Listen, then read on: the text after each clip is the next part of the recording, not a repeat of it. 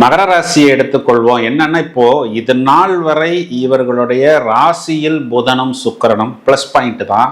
மகாவிஷ்ணுவும் மகாலட்சுமியும் ஒன்றாக வந்து நமது ராசியில் அமர்ந்து, புதன்கிறது நல்ல ஒரு புத்திசாலித்தனத்தையும், சுக்கிரன்கிறது ஒரு நல்ல ஒரு லக்ஸரின்னு சொல்லலாம், இல்லைன்னா ஒரு கம்ஃபர்ட் அப்படின்னு சொல்லலாம், ஒரு நல்ல தேஜஸ்ன்னு சொல்லலாம், ஒரு நல்ல ஒரு பொலிவு, ஒரு ஈர்ப்பு, இதெல்லாமே வந்து பார்த்தோம்னா மகர ராசிக்காரர்களுக்கு ஒரு பெரிய பிளஸ் பாயிண்ட். ஏன் அப்படின்னா, இவ்வளவு நாள் இவர்கள் ஒரு விதத்தில் கெட்டு போய் விட்டார்கள் அப்படிங்கிற மாதிரி கூட எடுத்துக்கொள்ளலாம். அதோட காரணம் இதற்கு முன்னாடி நிறைய பதிவுகளை நம்ம சொல்லியிருக்கிறோம். இவர்களுக்கு நடந்தது அந்த ஒரு 7.5 சனிங்கிறது இவர்களை சின்ன பின்னமாக்கியது, சித்திரவதைப்படுத்தியது அப்படின்னு கூட எடுத்துக்கொள்ளலாம். இந்த பக்கத்துல பார்த்தோம்னா குரு 6ஆம் இடத்தில் இவர்களுக்கு மறைந்து விட்டது.